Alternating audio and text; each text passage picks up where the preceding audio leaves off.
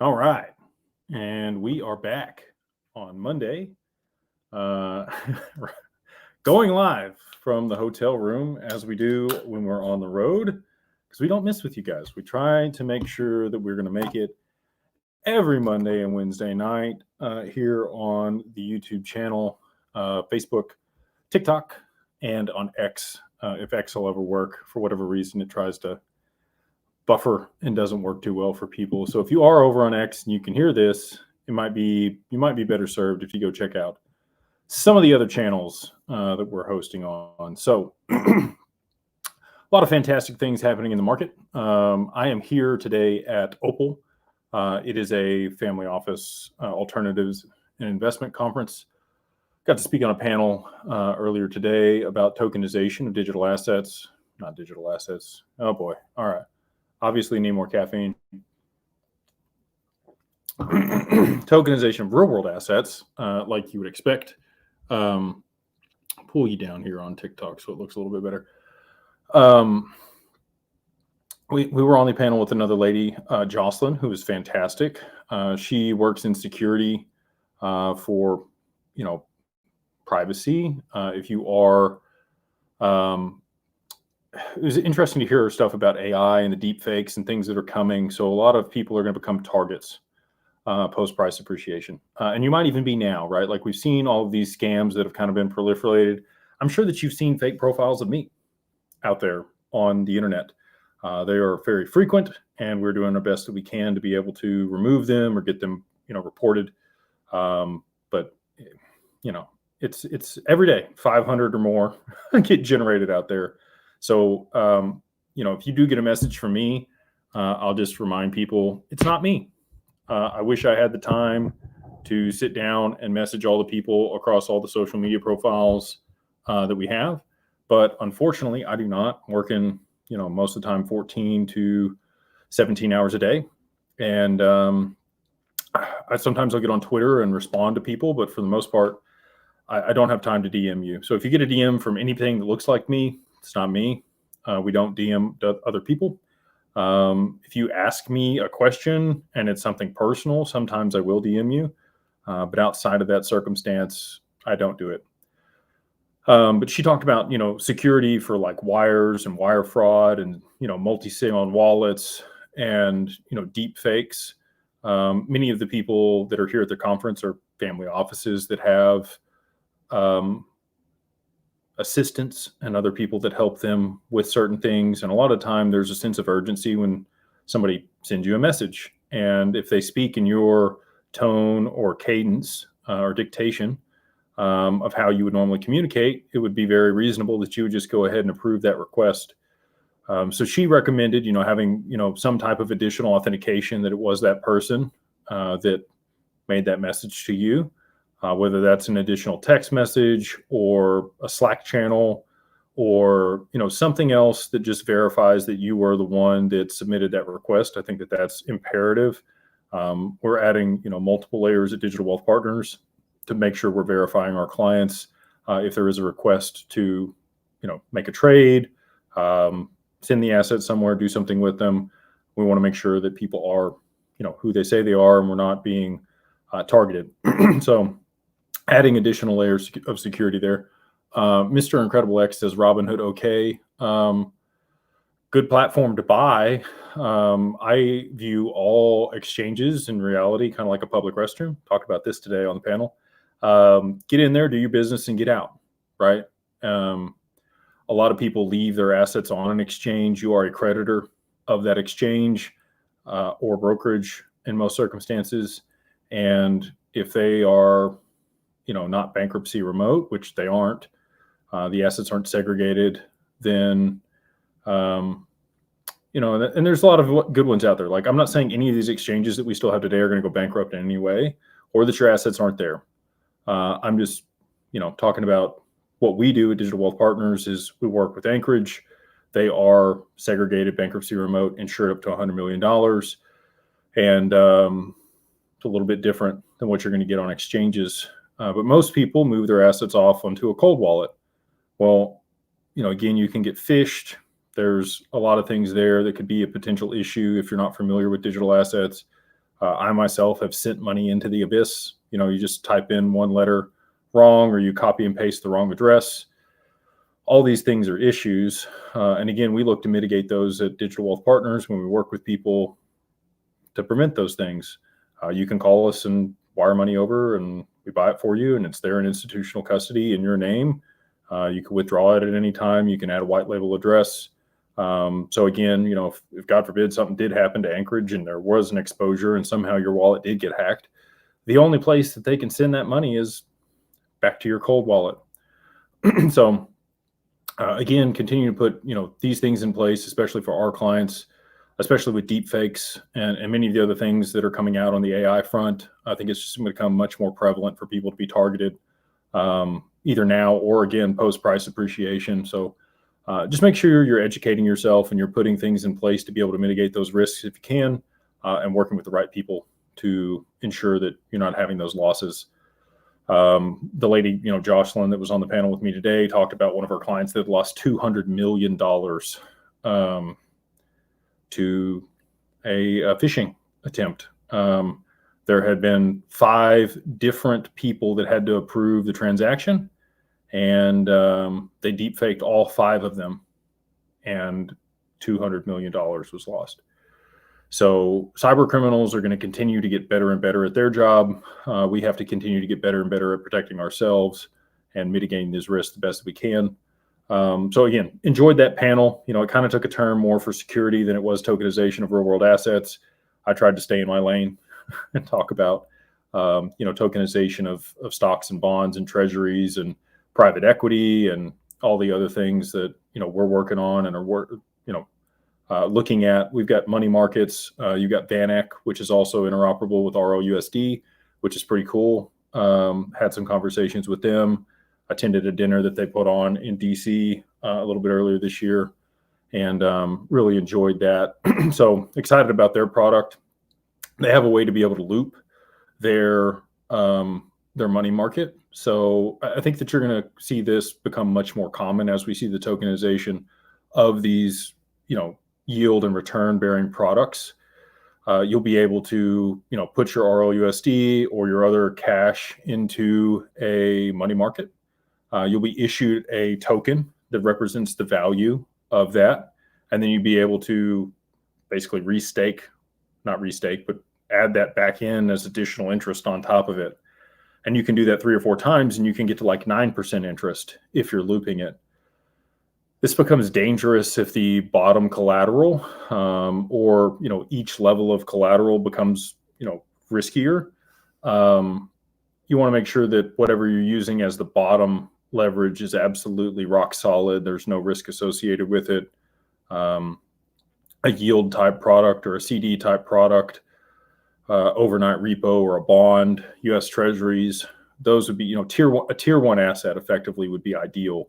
In the bottom of the capital stack if you were going to use leverage and loop things. And I do think, again, as XRP appreciates and we see the adoption of this asset, you've now got it trading as a commodity as of today. Big news. I don't think you guys really comprehend the status of XRP as a commodity and what that's going to do for the asset itself.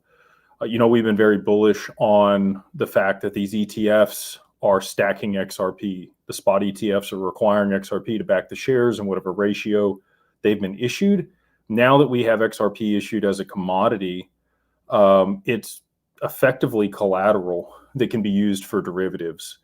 That is the biggest thing that could possibly happen for it. And it's the first step on it becoming a tier one asset, which is what I've talked about many times, being regulated by the BIS or the Bank of International Settlement alongside gold and U.S. Treasuries as riskless.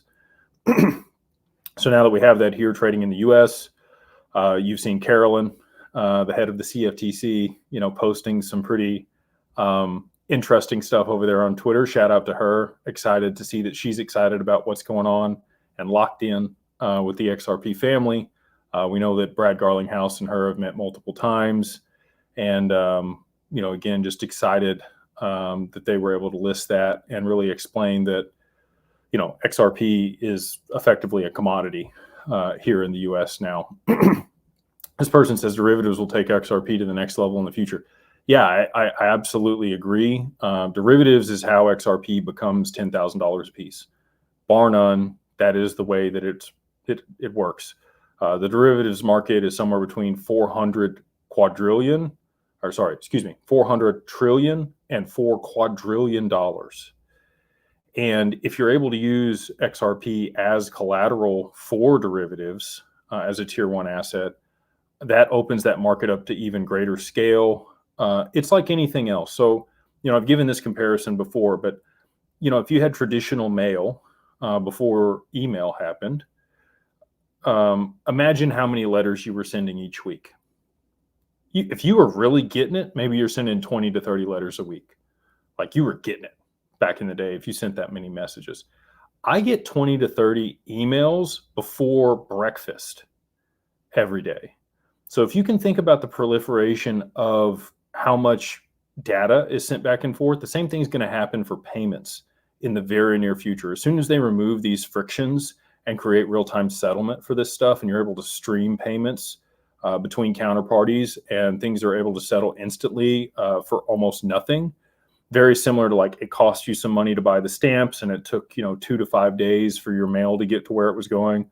Same way with international wires today. After they're able to settle real time for less than a penny, why wouldn't you send it, right? Like there's some friction there. This person said they get 1,000 emails a day. I completely agree with you. Like, but think about the proliferation of payments, and then again, derivatives, right? Like this is going to exacerbate all financial markets. If assets become tokenized at scale and they're ubiquitous and liquid and can be able to be traded, at a minimum 24/5, the amount of volume and trades and financial products that there will be is going to scale exponentially on the other side of this. And that just creates more volume and more settlement and more payments and more value on chain. You can think about debt, you can think about credit, you can think about all the other asset classes that exist today that have significant value. And there's lots of stuff that you can't even quantify the value on, like data itself. Like what's the scale to quantify data that Meta holds or Google holds, right? It's insane if you really kind of think about it. And I'm sure that they'll create a scale. I actually talked to a gentleman last year at NFT NYC that had built a scale to be able to quantify data and actually like price it. So it's coming. But there's just so many things that are going to be changing here over the next, like 2026, I am so bullish on. Like I cannot explain to you how bullish I am. I'm still bullish on 2025. I know people are gonna be like, "Oh, you said it's next year. I thought you're pivoting. You're waiting." No, I am super bullish on the last 3 weeks of this year. We have 25 days till the end of 2025, and I've got bets on the line, and I'm not backing down. I'm not sweating. I am not concerned about it. So, there's always haters out there, and that's fine. But I'm here. I'm still buying every day. I put my money where my mouth is. This person says, "What's the bet?" I got a bet that XRP will be $750, a public bet by the end of the year. I don't know that it's going to get to 750. There has to be some real events that play out between now and the end of the year for that to actually transpire. We've talked about the reverse carry trade. We've talked about the back-end tokenization of the stock market. We've talked about the ETFs coming live for XRP. We've talked about stablecoin regulation. The way that this happens, I put out a video 18 months ago explaining exactly how XRP would get to 4 digits through supply and demand dynamics. And all of that is culminated. Like I have been spot on about ETFs, stablecoin bill, and many of the other things that I talked about in the original video have already come to pass. I'm highly confident that we're going to see oil skyrocket here at the end of 2025. We have multiple global macroeconomic situations that could transpire and cause that to happen. And if the Strait of Hormuz gets shut down, which is what I think is most likely, because that's what Jim Rickards talked about in his confidential meetings with the U.S. government in 2014, more than a decade ago. That's how they would orchestrate this crisis, and they would basically have a scapegoat for the central banks to be able to roll through the reverse carry trade and have all this unwind and be able to use XRP. You never let a good crisis go to waste. And I do think that is going to be, we did just have an earthquake over there in Japan, praying for everybody there that might be dealing with a tsunami or other devastation.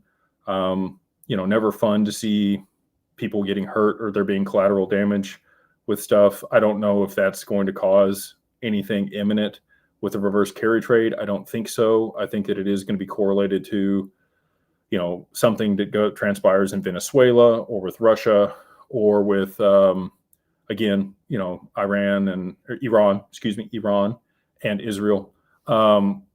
Another interesting thing that happened today, again, take tinfoil hat time if you want it. Solana tweeted 589.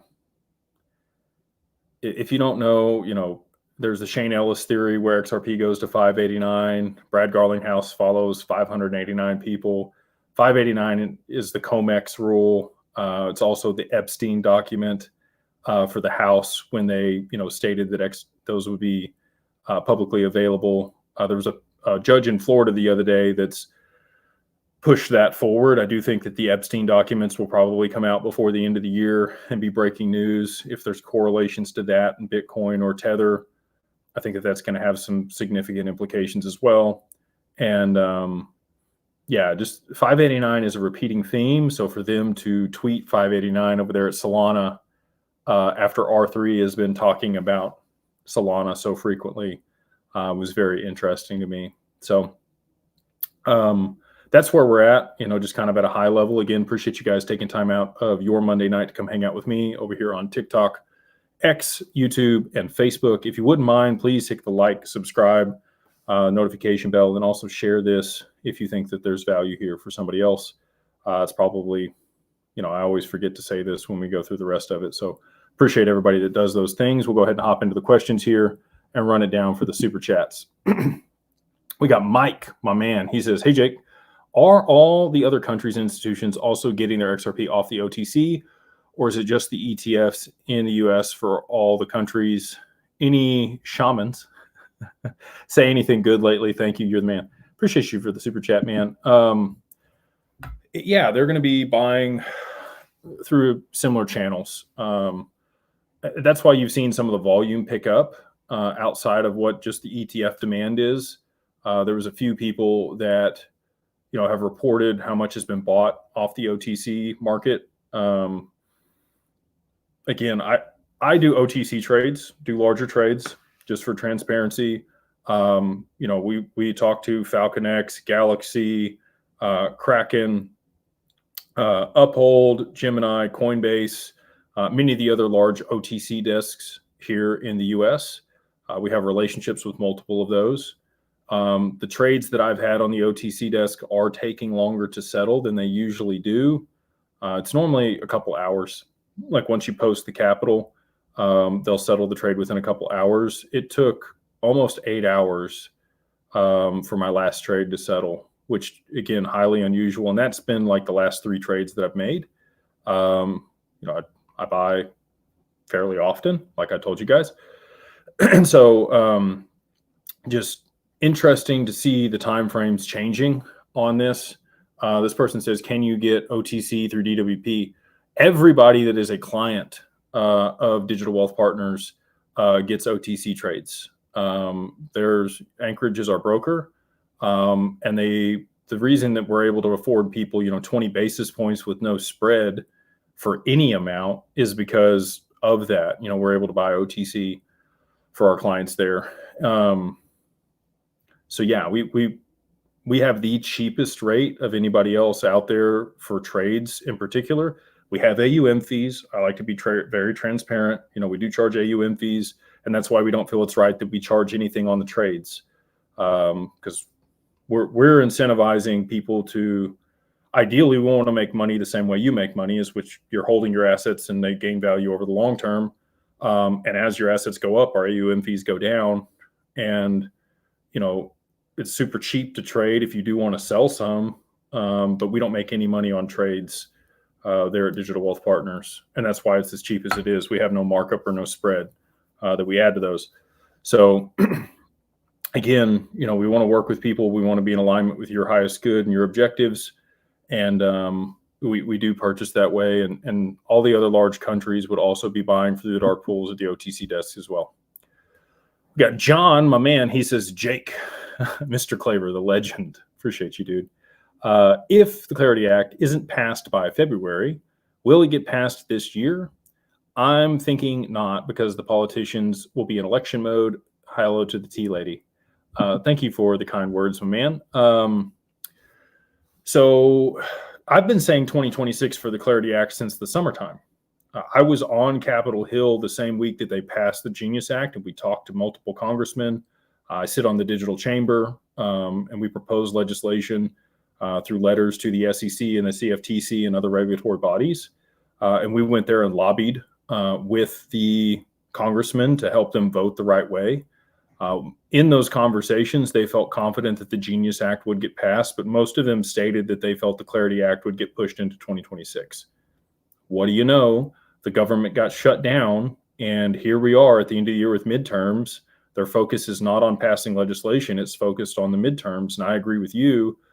Because of that, I think that it's impacting the timeline for the Clarity Act, and it will be again Q1 or Q2 in 2026.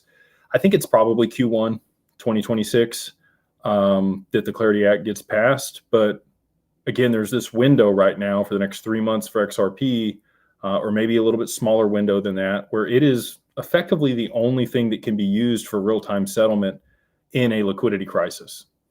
It's not Solana. Solana doesn't have Clarity. It's not being traded as a commodity.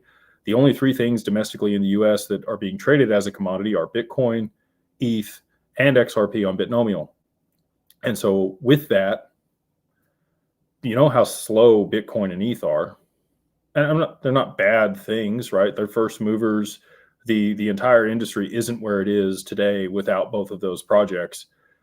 But they don't have anywhere close to 1,500 TPS or transactions per second. And they're definitely not scalable. They don't have side chains. They don't have batching. They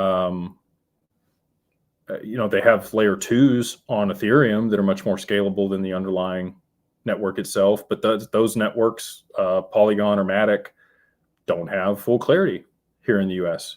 So when the reverse carry trade unwinds in the very near future, and they need a liquidity mechanism to be able to settle real time and de-risk the back end of the stock market, and provide a liquidity buffer for the FX market, the only option they're going to have is going to be XRP.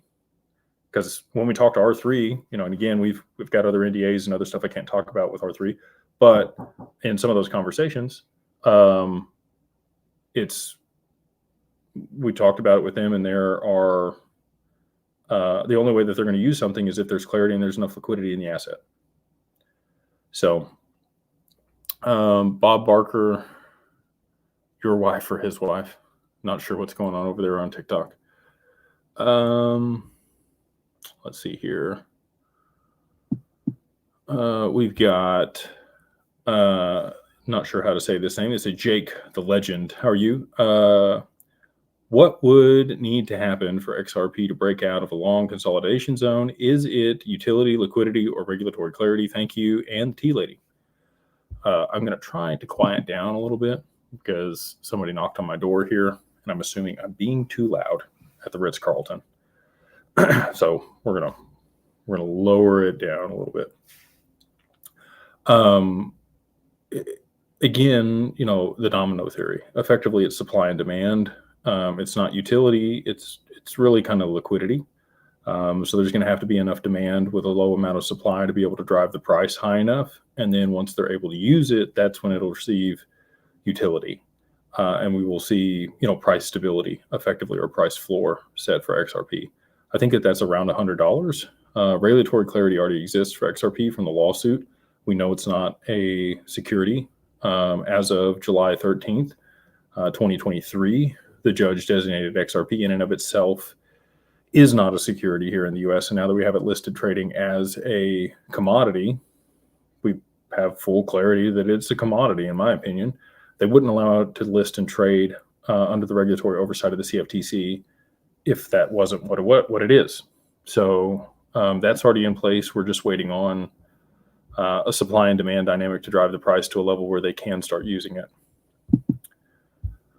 We got Santu Di Gennaro. Butchered that. Sorry, brother. They say, "What's up, Jake? Thanks for all that you do. Appreciate your courage. My question is, one, how will institutions be able to use XRP when the reverse carry trade unwinds if it's taxed with short and long-term capital gains?"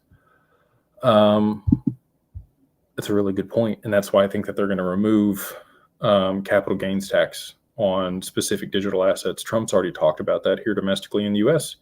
So if it is a U.S.-based crypto, probably, going to have a situation where it's not taxed, and again, that'll incentivize people to sell it. I'm not going to. I would rather pay 5, 6, 7, 10% interest to make sure that I'm going to get the long-term price appreciation, because there's a cost to benefit there, right? Even if you're not paying any tax on it, you're still going to miss the upside. I had somebody ask me on Twitter I think it was today, why would you not sell it if there's no capital gains? Well, imagine selling your Bitcoin with no capital gains at $100. Cool. Like, you made some money and there was no taxes, but you missed another 1000x.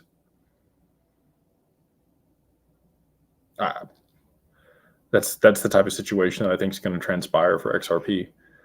So to your point, for them to effectively use it, I think that may be like the last shoe that we're waiting for it to drop.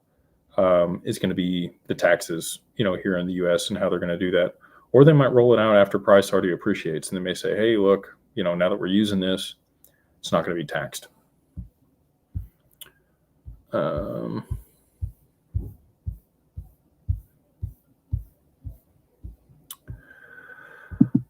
All right. Finally got one. Says, Jake, my 9-year-old daughter says you inspire her. Thank you for that. That's very sweet.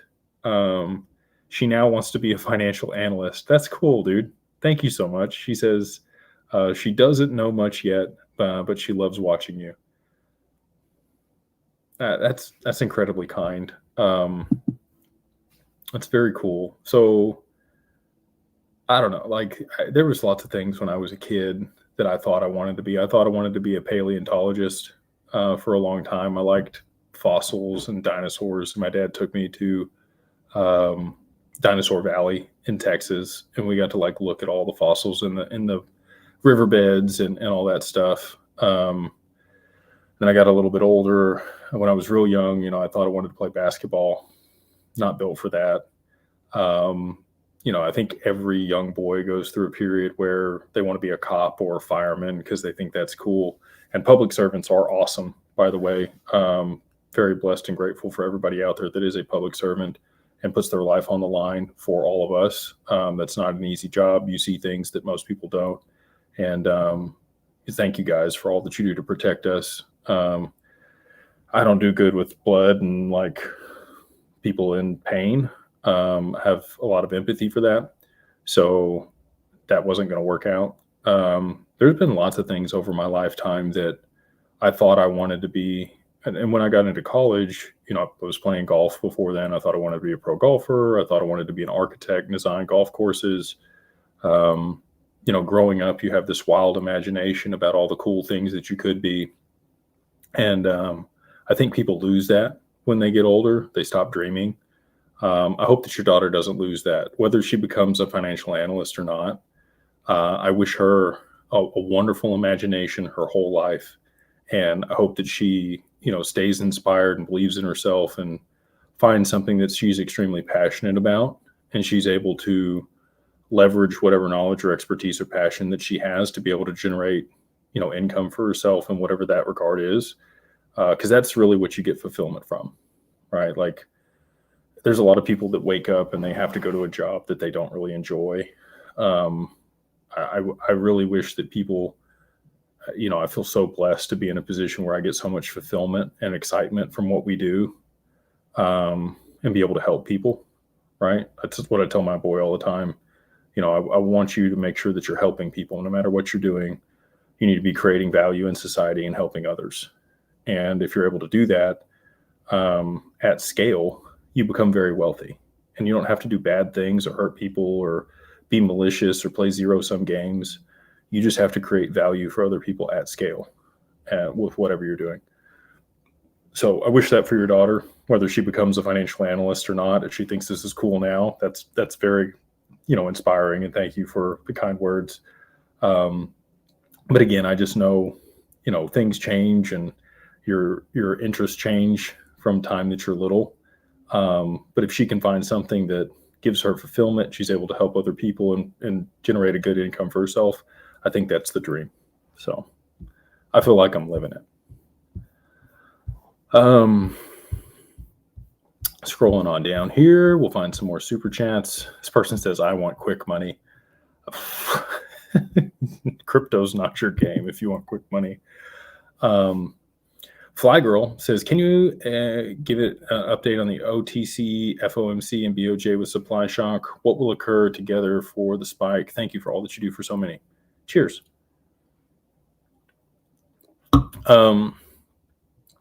So the OTC, again, is over the counter for those that don't know. Those trades do not affect the market because they're not on exchange. They're off exchange trades. And there's enough supply of XRP on there for maybe another couple $100 million worth of trades from what I can tell. FOMC is our central bank, the Fed, coming out, and they talk about, what rates they're going to do and how they're going to change rates in order to be able to help the economy and maintain their 2% inflation rate while also maintaining their job numbers. Bank of Japan, or BOJ, is the central bank of Japan. And they also adjust interest rates based on inflation in their economy and job numbers and their mandates. And in December here, within the next 2 weeks, we should see our central bank lower interest rates, but we should see the Bank of Japan raise interest rates. That's what they've said. And we are continuing to see bond yields rise over there in Japan to levels that we haven't seen in over 20 years on the long end of the curve, and almost, to points we've never seen in Japan's history on the really long end of the curve. I'm going to look up the 10-year yield here for you guys. I don't think we're quite at 2% yet, but we're pretty close. We're at 1.963. I've said the danger zone was between 1.5 and 1.6. We're way beyond the danger zone at this point, but we haven't seen like an aggressive move to the upside. And that's the reason I continue to point to oil. When we do see a spike in oil, they're going to have to aggressively raise interest rates. It's not going to be like 25 basis points like they're talking about, for this next meeting. It's going to be like 50 to 100 basis points or a whole percentage point in order to be able to offset the inflation that they're going to immediately see in their economy with energy costs rising. So, that's the only way that things are going to unwind at scale. Talk to Michael Gade and some of the other people that are talking about, the reverse carry trade on a regular basis. And they think that there's a potential where there's kind of some steps in this process where the Bank of Japan continues to intervene, and then it gets worse, but it gets a little bit better, and then it gets worse, and it gets a little bit better, and they kind of like, stair step their way down. My thesis is the other way. I think it's just going to be a complete and total unwind. I don't think there's going to be a choice, because I think oil is going to happen, and I think they're going to have to aggressively raise interest rates, and that'll be their scapegoat. And, alongside that, with the supply shock of not much XRP left and available on exchanges, and everybody needing it all at the same time between the exchanges, the back-end settlement for the stock market, other people using it to settle for the FX market and the ETFs, and now you got commodities, like the amount of demand we're going to see for it all at one time is just going to be astronomical. And if you run the numbers on that, if you, play it out, that's how you easily get to 3 to 4 digits in a very short period of time. And again, people are going to say, well, you keep hedging. Like, I do think that could happen before the end of the year. I think it's highly likely, like 99.99999% likely that it happens in the very near future. We got Matcha King Randy. He says, hey, Jake, why did Caroline Pham not include XRP in the CFTC pilot program. I mean, it's still listed for trade on Bitnomial. So it's a good question. I don't think they want to draw attention to XRP until it's time. And then they want all the FOMO to ensue all at once, because really that's the only way that they're going to drive it to the price levels that they need it to be. I know a lot of people are disappointed that the ETFs hasn't caused any price appreciation. If you want it to be used in the capacity that you really see for it, that I see for it, that we want it to be used, it's going to require extreme amounts of demand all at one time.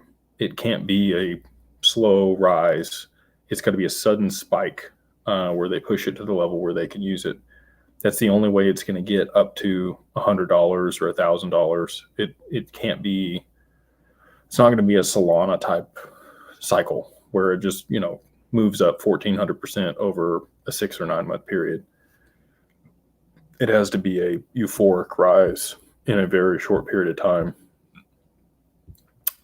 We do have this over here in the chat that I want to mention. Liners put the code for the LLC over here. We haven't talked about those tonight. I'm sure we'll have questions on it. But if you do want to work with us to set up the LLC, the code for that is 50OFF, 50OFF DAG LLC.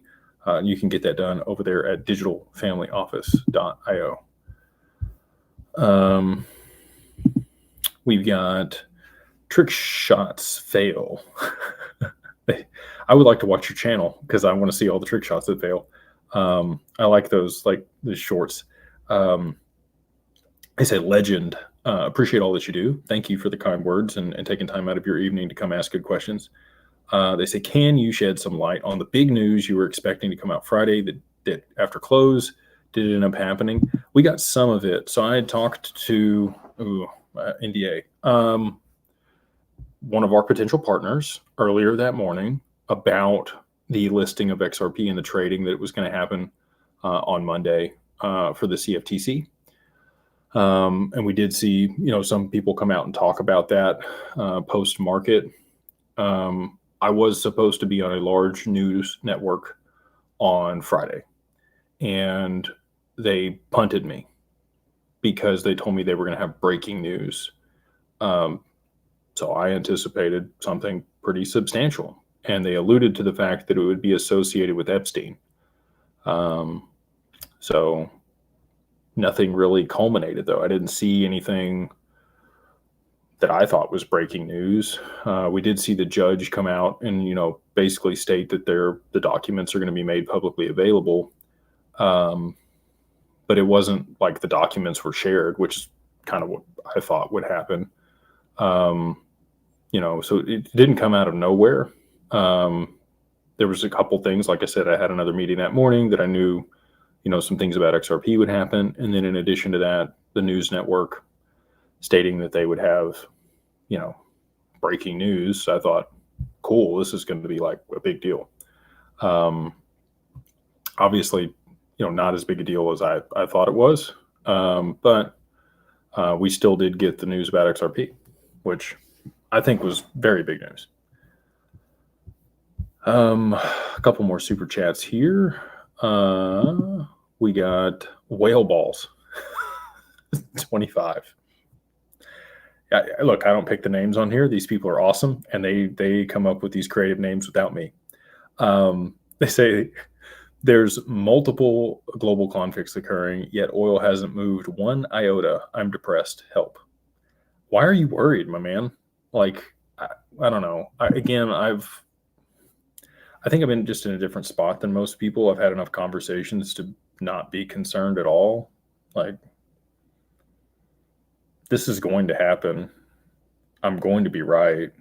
And that may sound cocky or arrogant, but it doesn't come from a place of like insecurity or me not knowing. It comes from a place of like, without saying I know, like I know. So just hang out, enjoy the ride. It's not going to be that much longer. Life is going to be really fun in the not too distant future for a lot of people. Make sure you're spending this time wisely. Make sure you're learning about financial education. You're putting yourself and your family in the right position. You're structuring your things in a way to be able to mitigate taxes and protect yourself from creditors and create anonymity for you to be able to operate on the other side of this with a lot of money without having those concerns.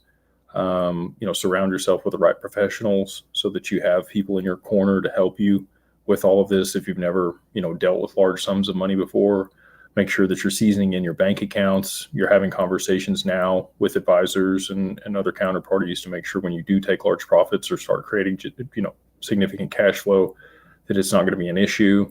Find cool other people that are also going to experience this so you guys can go enjoy yacht parties and whatever else you want to do. You can travel and they can take off time and you guys can spend cool time together and create memories. Don't be so focused on like the moment to moment price action. I know that's difficult. I've been here a long time. Some people have been here a lot longer than me, and it took me probably a year and a half or 2 years to really like become numb. It's probably not the right word, but like I don't concern myself on the day-to-day price action. Like if it's less than $50, I'm going to buy it. At least that's my thoughts on things. So you can continue to do your plan. Make sure that you do have a plan. That would be another thing that I think you should absolutely do. Have price points where you're going to take profits. If you're going to understand how you're going to maximize or leverage the asset to produce income or, take liquidity out to be able to effectuate your financial goals.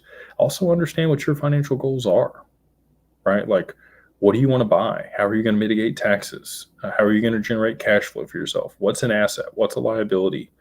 Make sure you're, educating yourself on all of this stuff now and making sure that you have a roadmap, because if you are emotional and you don't have these things figured out before it does jump to 3-4 digits, you're going to be in a panic position and you might make poor choices. When you're emotional and you don't have a plan, you're caught off guard and you're on your back foot, you're probably going to make some poor choices that you might regret later.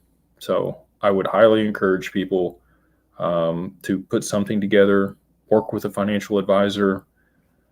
The only people that I know that will advise you on this stuff is Digital Wealth Partners, but you can probably go to your certified financial planner or your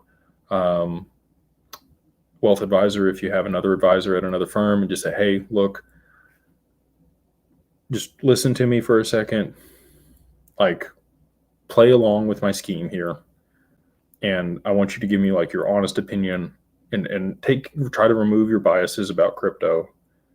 If this was any traditional asset, let's say, I started a company and I made a bunch of money in my company, how would you play this? And if you give them that frame to kind of shift their paradigm and their thinking, they're probably going to give you a pretty good answer on, because they're going to know your financial position, your background, whatever's going on in your life.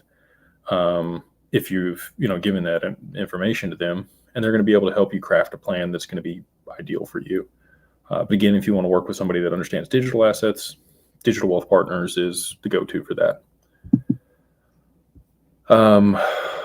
We've got Dan Christie says, hey, Jake, love your content. Can you talk about what institutional custody means for XRP if I want my XRP back in the future? You can take it out at any time. Again, we whitelist wallet or greenlist wallets, whatever you want to call it. And you just tell us, hey, I want my XRP out. And we say, okay, and we sign it and send it back to you. The SLA at Anchorage is 24 hours. So, it can take up to that amount of time. I really liked when we worked with standard custody. The longest it ever took when we were at standard custody was about, 3 hours one time. Anchorage is normally pretty quick. That's probably a reasonable time frame, 3 to 5 hours. Sometimes it's much faster than that if it's during business hours for sure. But their SLA is 24 hours to send your crypto out. But if at any time you want to pull it out for whatever reason, they are your assets and you can absolutely do that. If they are in the fund, it can take longer. in the documents that you sign, there's, a 60-day hold period effectively when you first put them in there. Most funds or hedge funds, if you're participating, it's a 12-month lockup. Like you can't withdraw funds for 12 months. So we're much more reasonable and flexible than that.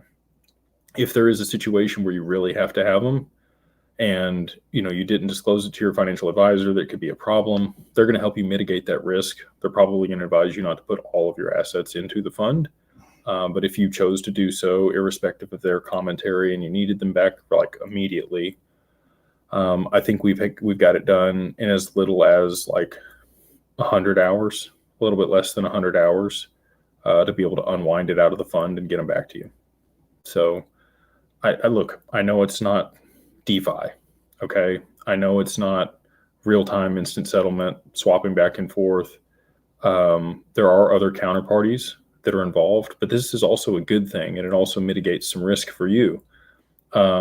If there is a deepfake or a situation where, somebody's asking for stuff and it does take longer to get the assets out of there,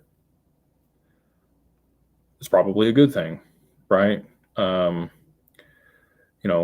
We have some systems in place to be able to mitigate that risk. If you tell us a certain word that is a distress word, then we're going to know that you're in distress, and we're probably going to delay that transaction, and we're going to call the authorities and tell them that you're under duress and being coerced by somebody, and probably need to send help over there. So that's some of the additional benefits that we provide. I know it's not like as fast as a Zaman wallet, but that's also some of the additional benefit that we provide because it's not as fast. And there is a little bit of friction there. I think you would probably want it that way.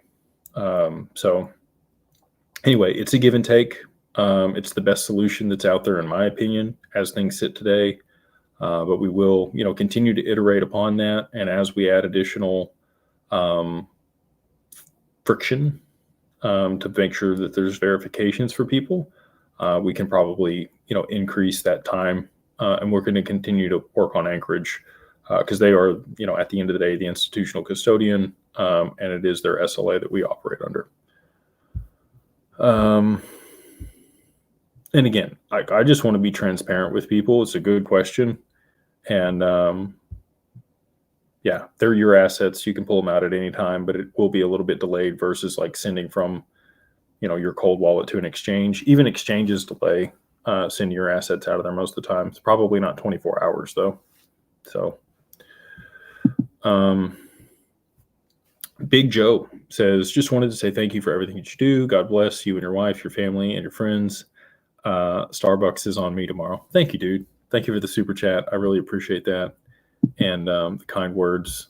I enjoy this. I like getting on here on Monday and Wednesday nights and running it down with you guys. You guys always ask great questions. And I'll continue to do this, even post price appreciation for you guys. We got Dinas Drive. They say, hey, Jake, the legend. What's up, dude? Wife and I have strong XRP position with Wyoming LLC set up. Awesome. Congratulations. Please help my inner skeptic. Who has the best and most credible counter argument to the domino theory and why? Echo chambers make me nervous. Fair point.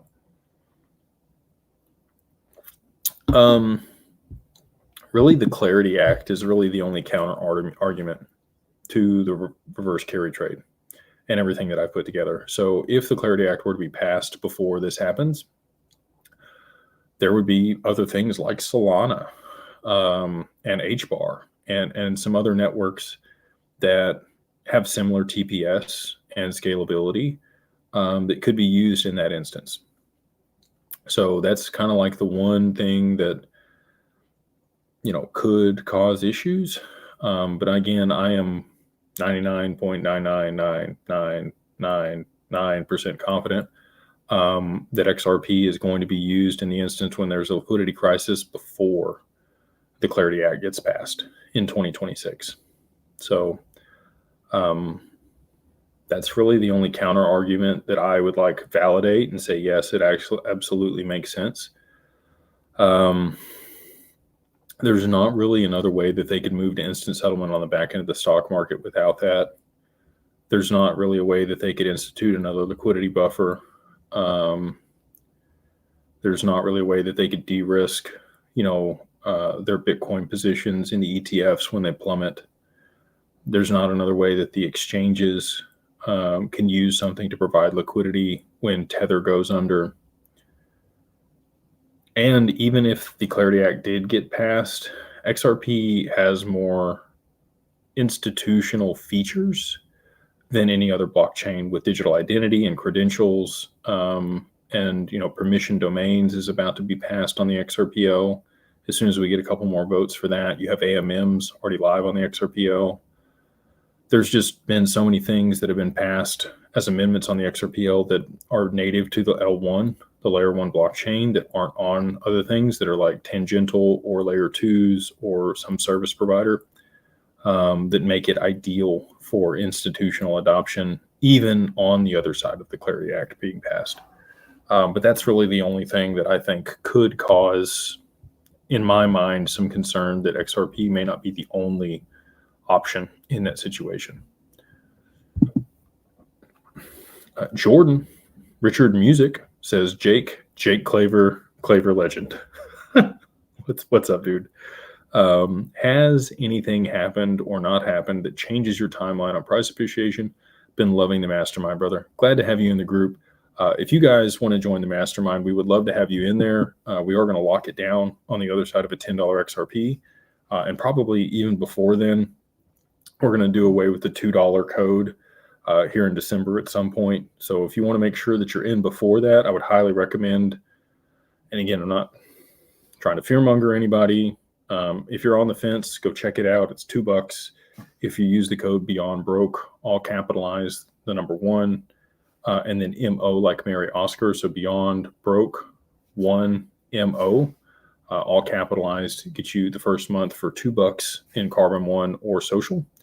If you don't like it, you can cancel anytime. It's month to month, no contract. But we have over 15,000 people there in the mastermind that choose to be there month after month because of the value we provide in that community. So if that sounds cool to you, if you like to be around cool people with aligned interest and want to make sure you have some cool friends post price appreciation, I would highly recommend that you get in there now before that happens. And again, I'm still very bullish on the time frame that I've been talking about here coming to the end of 2025.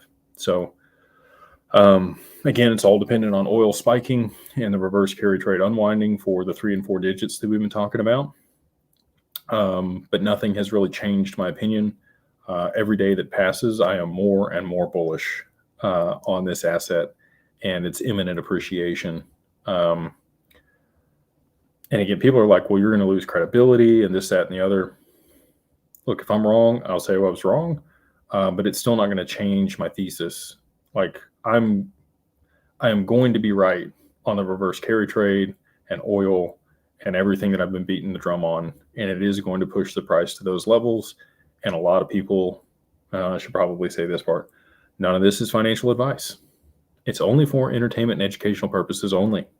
I'm just some guy on the internet. Take it with a grain of salt, make your own decisions. We're all adults here. If you need financial advice, go speak with a financial advisor. And again, Digital Wealth Partners is who I would recommend. They're the only people that I'm aware of that will actually give you financial advice on your crypto. This person's asked for the code on the mastermind one more time. It is Beyond Broke 1 and then MO like Mary Oscar. Gets you the first month for $2 there in the mastermind. And again, appreciate you being part of it, Jordan. Excited to have you in there and continue to love to see, the great people that are joining the community now before price really takes off. We got Sam. He says, hey, legend. Sam again, first responder on the night shift in UK. Thank you for your service, dude. I really do mean it. I talked about it a little bit earlier. Like, I'm sure that there's lots of things that you've seen and had to do that were not fun. And you protect a lot of people. So thank you. He says, please give us some much needed hopium. We are in need. Thank you again. I mean, hopefully the statements that I've just given you are enough hopium, my man. But, I think a lot of people They work their whole lives. They work in good, dedicated, real jobs that help a bunch of people. Might cause them a lot of problems mentally. It takes a toll on people. And there's really, like, you would think that we would afford people better programs to make sure that they can retire comfortably. A lot of people do end up with a pension. Some of those are mismanaged, and that ends up poorly. Most people don't have the financial education to really understand how money works, that fiat is inflationary and savers are losers. This whole narrative that I was taught my whole life that debt's a bad thing, and, money doesn't grow on trees, and you should save your money. That's how, and I hate to say it, but that's how poor people are raised. And when you perpetuate those things to your kids, you're teaching them to be poor. Wealthy parents don't tell their children that. They say, hey, you should create value in society at scale, figure out how to help a bunch of people in a certain way, and invest your money. Idle money sitting in a savings account is dead capital. Money sitting in a home is dead capital. Buying liabilities is a poor choice. You should continue to buy assets to be able to fund your lifestyle. And there's a progression, right? Like, there's 3 ways that you can make money. One is trade your time for money, which is where everybody starts because you don't have any skills or knowledge when you first start working. But over time, you build skills, traits, and beliefs that you can then, provide more value to the marketplace. And then you can leverage those things for a higher compensation, whether that's inside of your corporation that you work for, or you step out and do some consulting, or you scale your business of your own. Some people are entrepreneurs, which are awesome. The highest paid people, the most, money that people that I know make are people that are in, the top 5 employees at a corporation, but not number 1. Normally the founder or the person that owns the corporation doesn't make money for an extended period of time, and then they have one huge liquidity event when they exit. If you listen to, Patrick Bet-David or many of the other people that have scaled for large exits, they will tell you the same thing, that the number 2, the number 3, the number 4, the number 5, the number 6, they're making a bunch of money while the company's growing, and they might even have a little bit of equity and skin in the game. That's for most people that are, you're not a risk taker. You don't want to start your own thing, but you want to be a part of something cool. That's the way to do that. And then if you get a high income, don't have lifestyle creep. I think that's still going to be a big problem for a lot of people post price appreciation, is you're going to start generating passive income off these assets, and then your bills or liabilities are going to creep up to match your income. Now you're not wealthy. My definition of, financially free, I haven't talked about this in a long time, and we got a lot of new people over here on TikTok and on YouTube. My definition of financial freedom is you're making 2 times whatever your bills are every single month, your monthly liabilities, in passive income. So if you're nut every single month just to pay your mortgage and your cars and your insurance and your kids' school and your food and your phone bill and your internet and your gas and your water and all the other stuff that, like, if you're an adult, like, is just part of your reality, taxes, your land taxes on your house, property taxes, your taxes on your income, $10,000 a month really quickly doesn't become a lot of money. You're probably burning through that if you're living in society today. So you would need to be making $20,000 a month in passive income for my definition of financial freedom to be a real thing. And that doesn't mean quit your job either, right? Like, there's going to be a lot of people that have $5, $6, $7, $10 million in their investments in crypto in the not too distant future that have reasonable investments right now, right? Nothing too crazy. They're going to come into a lot of money in a very short period of time. Don't quit your job. $5 million is not enough to retire.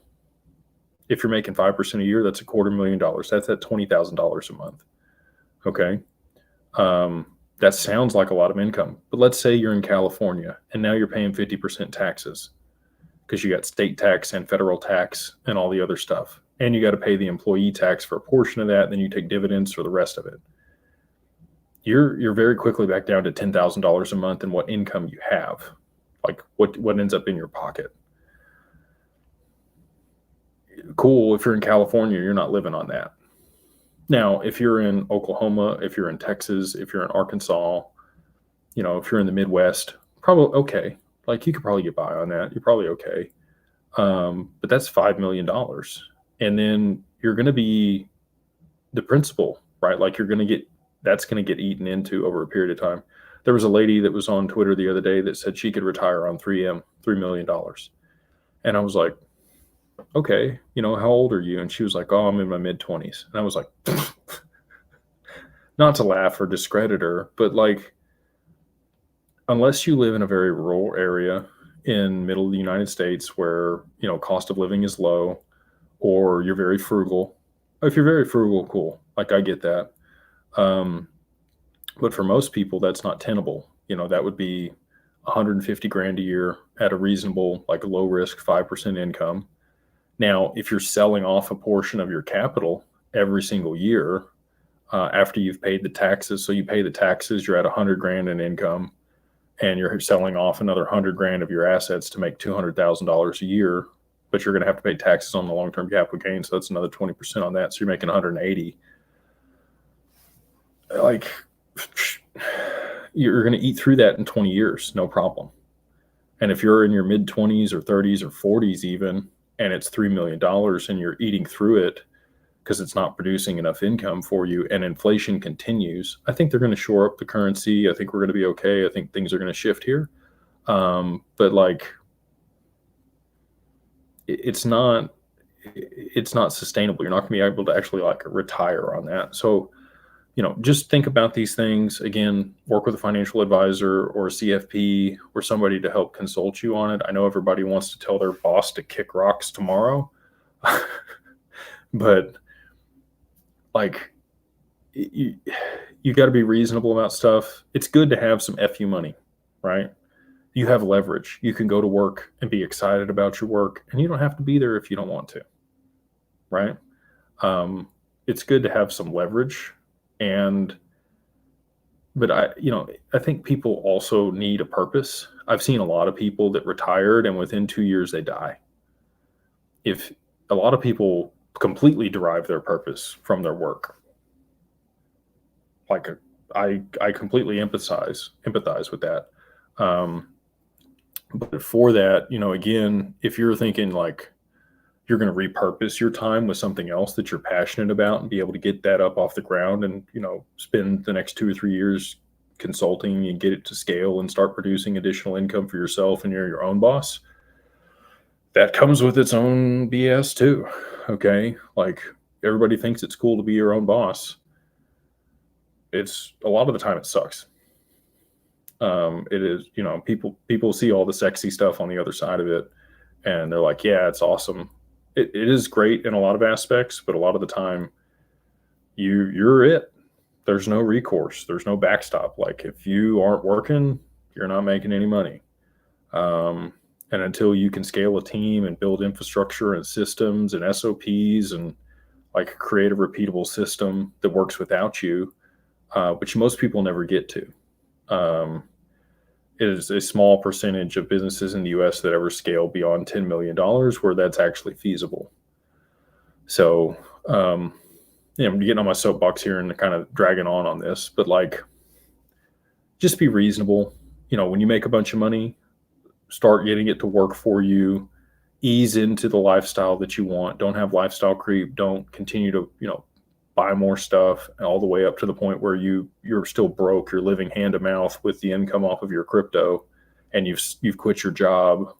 You're not going to build wealth that way. You need disposable income. Most millionaires live on 30% of their income. So really, like I should probably revise my theory to 3 times your bills in passive income. I personally think, 2 times what you make or what your bills are each month in passive income is financial freedom because you can work and probably produce another third. But realistically, that's probably the answer because most millionaires, they live on 1/3. self-made millionaires live on 1/3 of what they actually make. If you listen to Eric Thomas, he talks about that. He's a great motivational speaker. If you guys haven't ever heard of him. Robbie, he says, "Hey Jake, will there be enough liquidity / volume on exchanges like Kraken when XRP is at $500 to sell 1K for $500,000 profit, or will I be left holding? Want to sell a small portion of my bag to pay off house and hold the rest." There will always be enough to buy it, my dude. I don't know that you'll be, well, excuse me. There will always be enough to sell it. There will always be demand on the sell side, for sure. I don't know that there's going to be availability of supply for you to purchase it. So if that tells you how rare this is, I don't know what your interest rate on your house is. I know a lot of people. Okay, so there's two sides of this. And I've talked about this before too. Financially, it probably doesn't make sense to pay off your home. Just realistically. I mean, if you borrowed the debt at even where interest rates are now, you can put that money to work and earn way more. And the appreciation on XRP is going to be way more over the long term than whatever the interest is on your house. That being said, there is a quality of life component that is intangible and non-logical for most people. If you have your house paid off, even though there's land taxes and insurance and all the other stuff that you still have to pay for, because it's a liability, it's not an asset, people feel secure.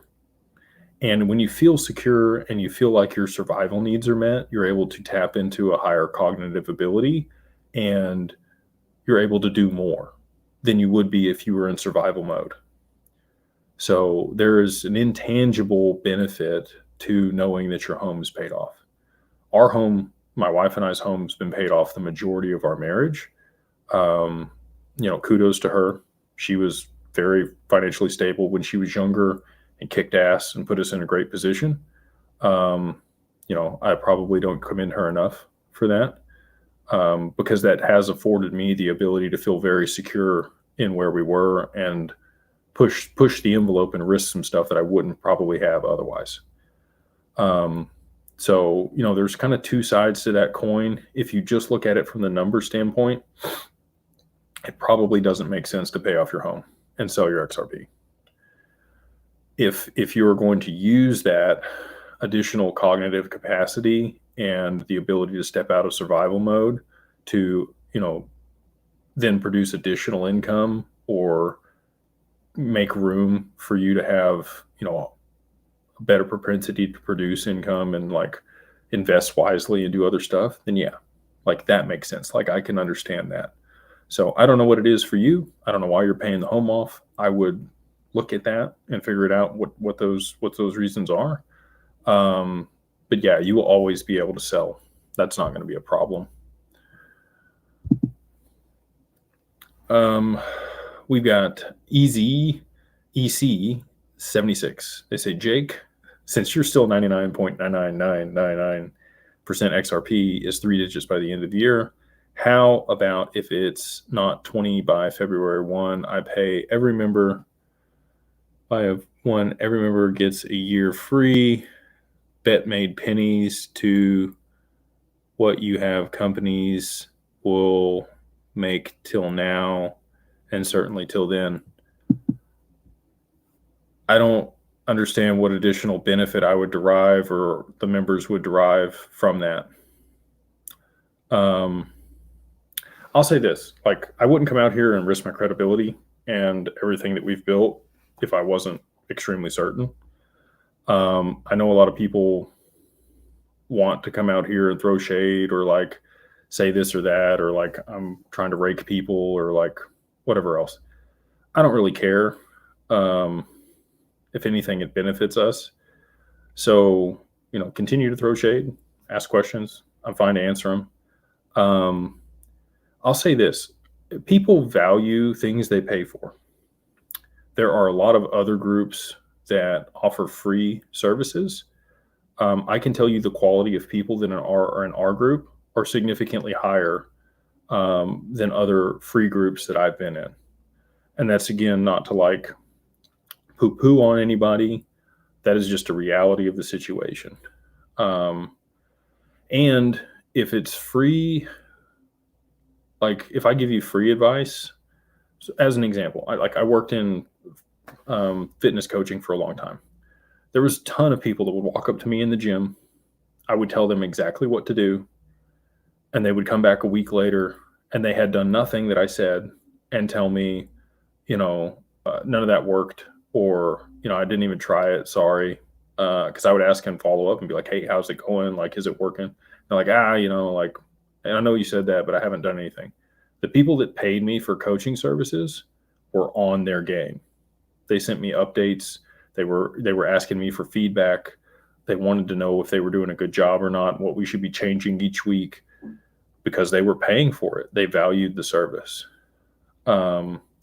So anyway, like, we provide a ton of value there in the mastermind. It's worth way, way more. We could charge probably 5 times what we charge today. Well, probably 10 times what we charge today for the mastermind. Guaranteed. People would still pay it because it's worth it. So me giving it away for free and devaluing things is absolutely, like, it goes against the entire ethos of what we've built. And on post price appreciation, when I am right, we will be charging 10 times or more the amount than what it is today. So again, like, I don't know, you're probably not even in the mastermind, the person that's offering this. You should go in there. You should check it out. I would be interested in your feedback and what you think once you're in the mastermind and you see the value that's there. We got work harder, play harder. 4913. They say, hey, Jake, is there a chance XRP stays the same or goes to zero? I don't know why everybody's so focused on price. I'll keep answering these questions, though. What happens if the reverse carry trade unwinds too slow and XRP be needed to settle? I'm really at the point where I'm probably not even going to entertain any of these other things that, like, question the theory. I've already given you the one circumstance with the Clarity Act where I think that there's a possibility that there could be something else that could be used, or alongside XRP could be used, and it wouldn't derive the full benefit. But outside that circumstance, this will play out. I will be right. And, like, outside of me just telling you, I know for a fact that that's how it's going to be, I don't know what else to tell people. And that may come off abrasive or egotistical. I don't mean it that way. I've just been afforded assurances that I'm trying to impart and pass upon to you guys, and give you, like, the confidence that this is going to happen so that you can, again, make your own decisions for where you want to position yourself and what you want to do. So if that's good enough, cool. If you don't like that for some reason, also cool.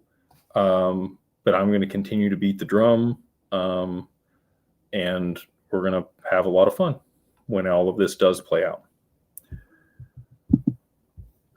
We got Ghost.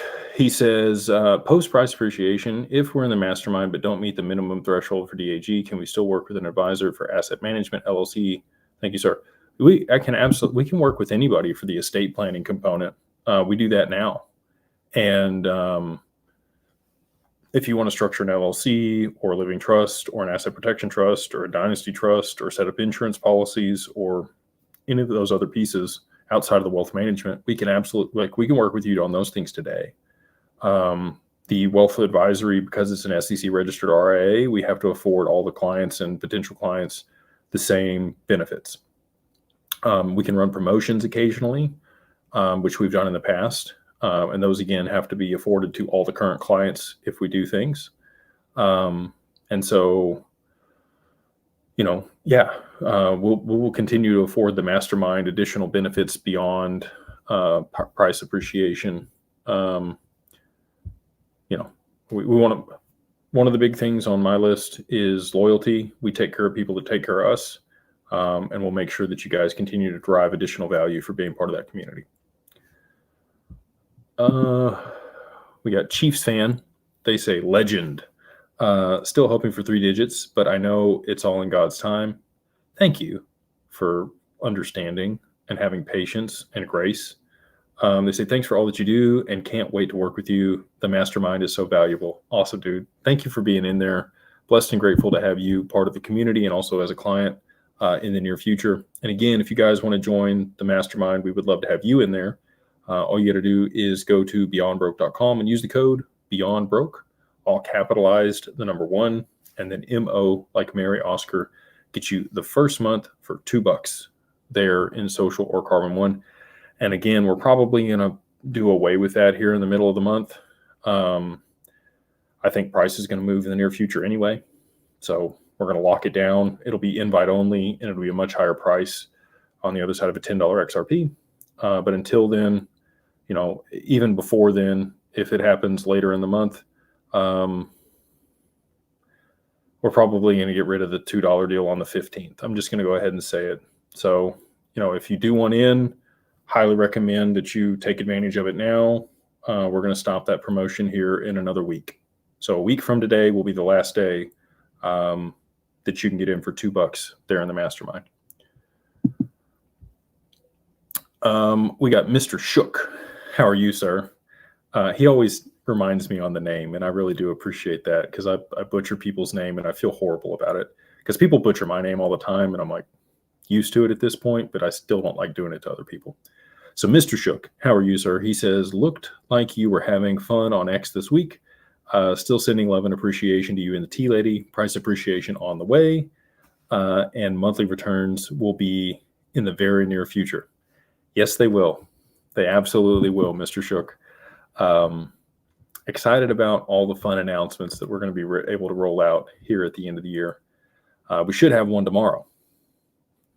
Don't quote me, but we should have a big one tomorrow for you guys. It'll be the first of many that we're able to roll out and disclose publicly. Lock in 589 says, hey there. What do you think 589 is referring to? Oh boy. Okay. How deep do you guys want to go? Oh, my wife says to warn them about the fake Jakes. So if you do join the mastermind, I should probably say this, and then we'll get into the tinfoil hat on the 589. When you join the Discord, you're probably going to get bombarded unless you turn off the comments or the DMs, which you should absolutely do. Like we send you a full video when you join the mastermind on how to set up the Discord and make sure that you're not, attacked by other people. People outside the community can't message you. So please, please, please, please listen to me. Like, please watch the video when you join the mastermind. It will tell you step by step what to do, how to join the server, how to set up your settings, all the stuff so that it's not a problem. This person says, let me know how to join the mastermind. You go to beyondbroke.com and you use the code BeyondBroke, all capitalized, the number 1, and then MO, like Mary Oscar, gets you the first month for $2. And again, we're cutting that off on the 15th. So next Monday will be the last day, unless XRP, again, blows up in the next week. Very possible. That'll be the last of it. So again, join if you feel so compelled. 589. Oh, the fake Jakes. Across all social media, there's tons of them. If I DM you, if I message you, it's not me. You can see my hands. I'm not AI. I'm a real guy. I'm in a hotel room tonight here in California. So don't engage with them, block, report them. Same thing on Discord. I will not message you on Discord. You can message me and I will reply to you, but I will never message you first. So let's get back to the 589. So if you add 589, you get 22. In the tarot deck, there are 22 cards. The first and last card is the Fool. It's the beginning of the journey is the Fool, and then the last card is the World. Ripple is their mission, stated mission is to put a dent in the universe. And they often play the Fool.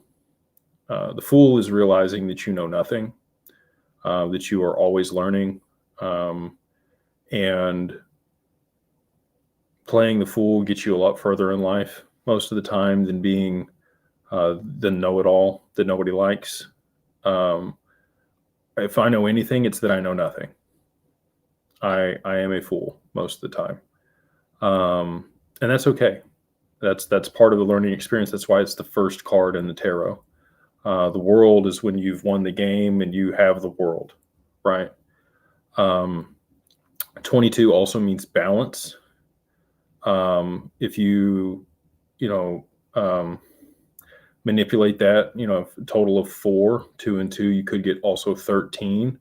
13, I believe, is the Tower card in tarot. And it's chaos. But there's always something good that comes out of the chaos. So if you have, if you're transmuting things from chaos, which is what I think is going to happen with XRP, I think there's going to come a moment where the world looks like it's imploding. We have a credit crisis globally. This is another one. 22 is also a master builder number.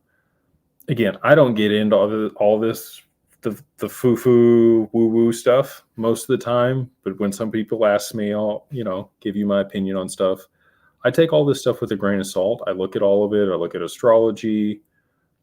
Like, I don't come on here and espouse those things because I'm not an expert in any of them. But I do think that they're all very interesting and they absolutely play a role. Mathematics is like the universal law of how things work here in the world, in this, physical plane that we live in.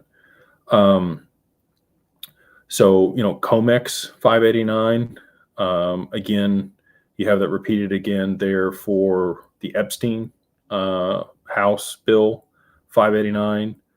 Shane Ellis talks about 589. In my mind, it's the beginning and the end. It is the beginning of a next chapter. We're 84 years since, the attack on Pearl Harbor here. I feel like, Japan and the US obviously were involved in that interaction, and history doesn't quite always repeat, but it definitely rhymes. I think we're, at the end of a cycle here. And 589 is a repeated theme that's associated with all of those things I just mentioned, and has a deeper meaning into, this period of time that we're living through. So again, woo-woo, take it with a grain of salt, and do your own research. I'm sure that you could probably find a lot of other correlations with 589. There was a Scorpion submarine that had 589 on it. There's been multiple other historical events in the past that were associated with 589. And to see, Solana's tweet for 589 today, which this person mentions in their super chat, I appreciate you. It is a salute, a wink, a nod to the XRP army and the family and everything that's about to take place or transpire here with the implementation and adoption of this new technology, distributed ledger technology.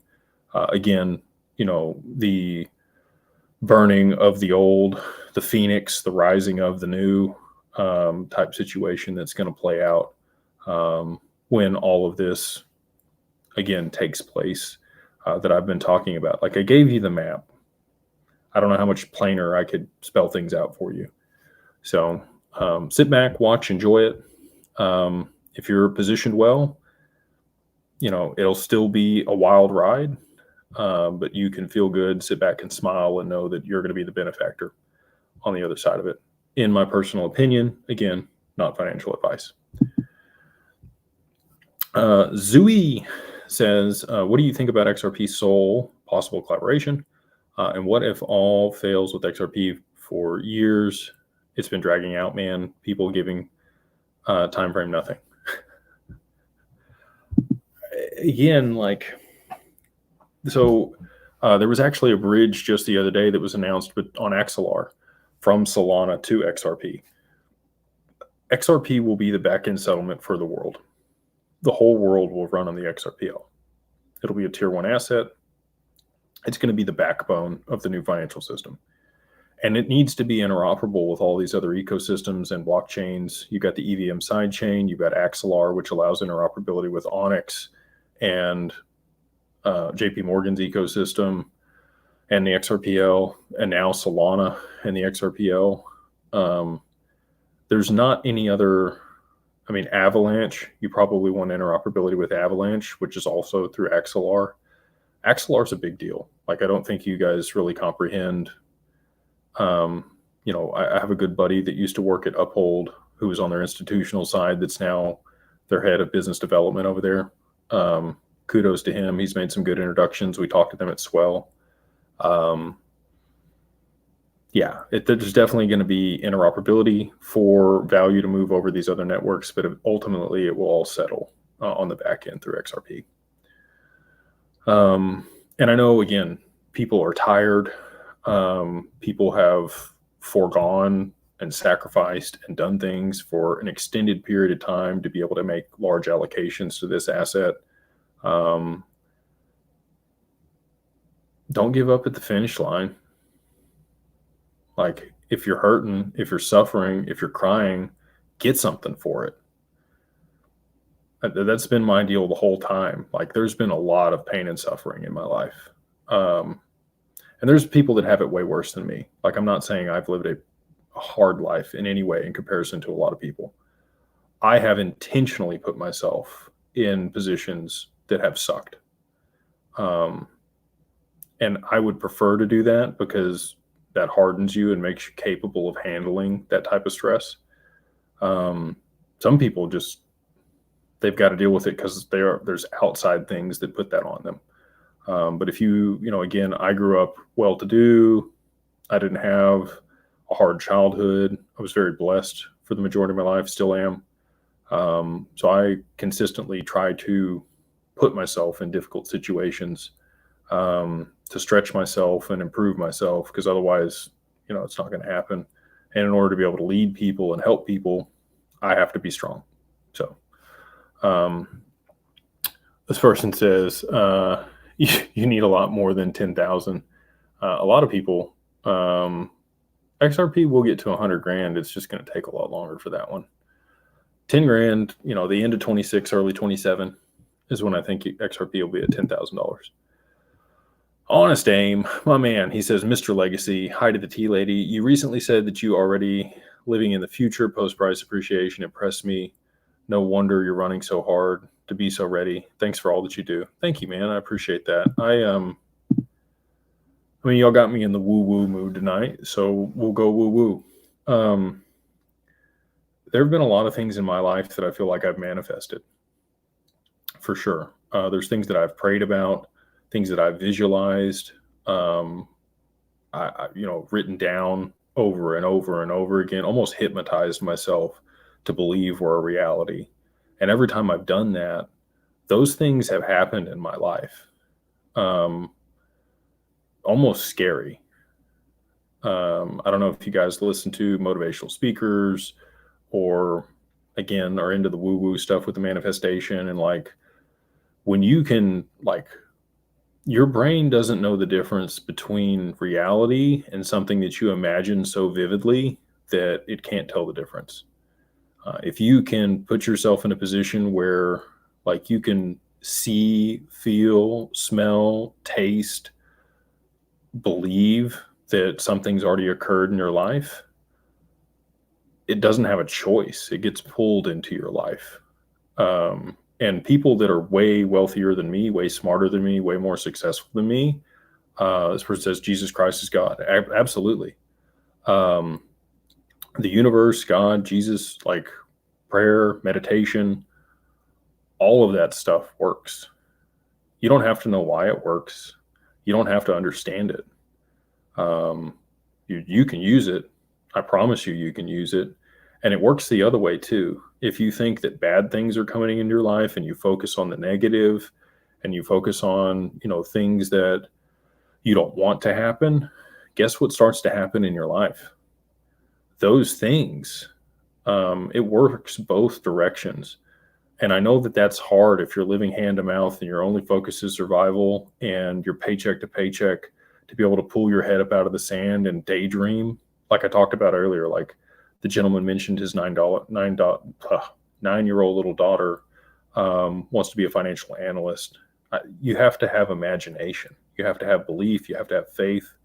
Because that's the only way you're going to get out of this situation. If you are in a bad spot, and it will take time, it will take work.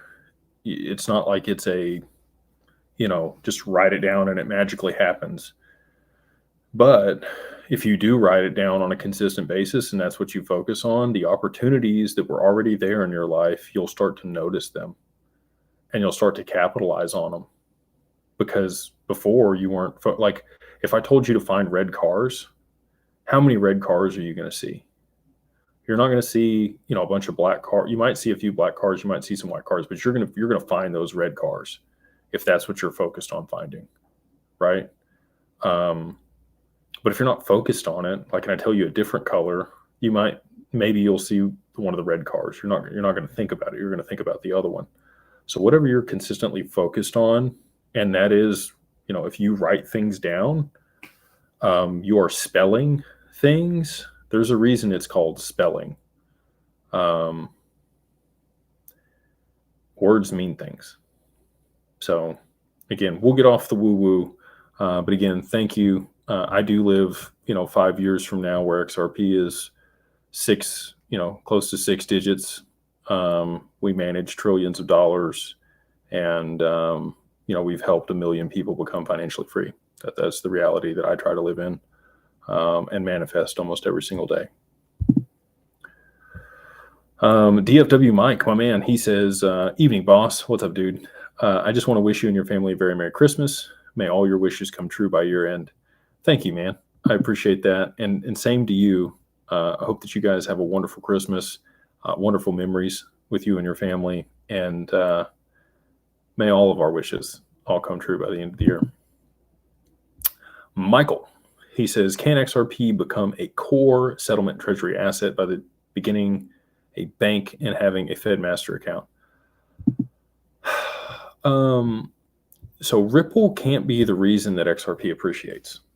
Okay. Otherwise it would be a security of Ripple.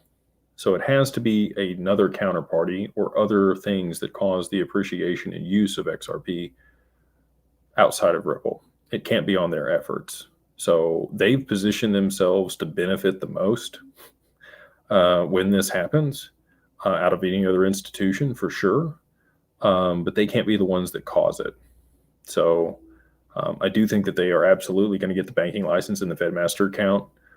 There's a Fed Master account about 30 feet from my desk at work, which is interesting. I kid you not.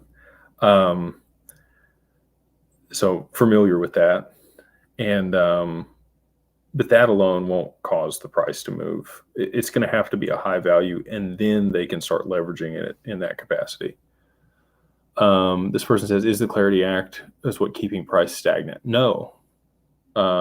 We don't need the Clarity Act for XRP. It's actually beneficial if the Clarity Act is not passed for XRP adoption. Lori XRP says, hey, Jake, I live in Wyoming. Very cool.